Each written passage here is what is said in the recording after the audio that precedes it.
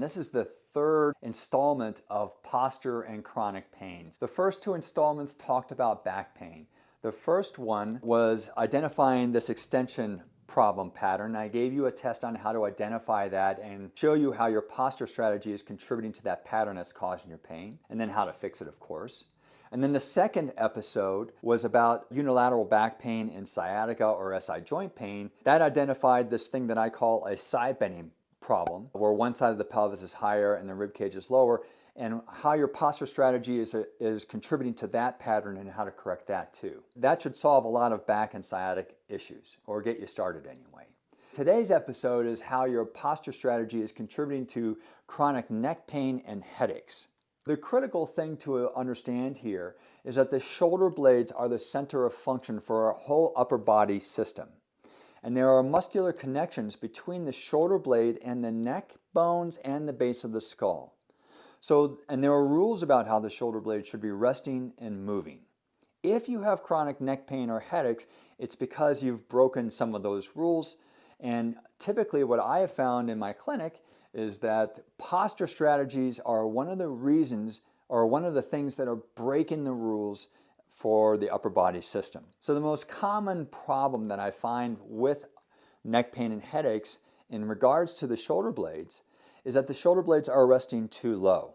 Because this is happening, it then stresses the connections that attach from the shoulder blade to the neck bones and the base of the skull. One of the things that's going on that's creating problems with the shoulder blades is people's posture strategies when they come up erect. Now, a lot of this has been taught in dance, yoga, Pilates, gymnastics type of classes, that you should be bringing your shoulder blades down and back into the opposite back pockets to create good posture. And what this does is it creates this nice long neck. In our culture, a long neck is a sign of beauty. So a lot of people, in their attempts to create a long neck and make it look like they have very erect posture, are depressing their shoulder blades in order to make it look like their neck is longer than it really is. And this is where the problem is. For those of you who are finding this information useful and helpful, I would ask that you please subscribe, like, and most importantly, share this video with others who are suffering from neck pain and headaches. This is likely what everyone is missing that's causing their chronic neck pain and headaches, including radicular symptoms down the arm. Thank you. By depressing the shoulder blades, it is then stressing the connections from the top of the shoulder blade into the neck bones and the base of the skull. And again, the common cue for this is that you're asked to bring your shoulder blades down and back into the opposite back pocket, or you're asked to squeeze your shoulder blades together towards your spine. If you look at the architecture of the shoulder blades, you can see that they rest on the rib cage. The shoulder blades are not designed to create good posture. That is the job of the core muscles. By using your shoulder blades, all you're just doing is artificially creating what looks to be good posture, but it comes at a very high cost to benefit ratio. By using your shoulder blades, even though it may look like you've created good posture, you're actually breaking down your cervical spine and triggering a lot of suboccipital contraction and other problems in the base of the skull that are then contributing to headaches. And we're talking about tension headaches, migraine headaches, even trigeminal neuralgia. I'm going to show you a better way to create good posture to get the shoulder blades out of the equation, because that is not their role. The role of the shoulder blade is to assist the arm in overhead and motions or carrying things away from the body. Again, there are certain rules about that. So here's how we're going to improve this for you. So what you're going to do is put one hand on your chest and the other hand on your belly. You're going to take a deep breath in. And you'll feel that your chest lifts when you take a deep breath in. And then you're going to exhale, and you'll feel that your chest comes back down again.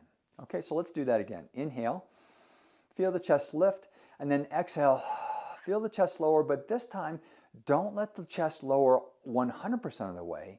Let it lower 99% of the way. So you're going to let it stay up maybe a millimeter higher than usual. And if you do that, you can still exhale all the way if you want to. And when you hold that chest up just a millimeter higher than normal, you'll notice that your stomach muscles have just engaged ever so slightly, maybe 5 or 10% engagement. This is your core muscles holding up the rib cage. This is what the core is designed to do. So now it's engaging naturally. Remember, I haven't asked you to contract your core muscles. Your core muscles have turned on as much as necessary to hold your posture in a better position. This is all that's needed, this very subtle little contraction.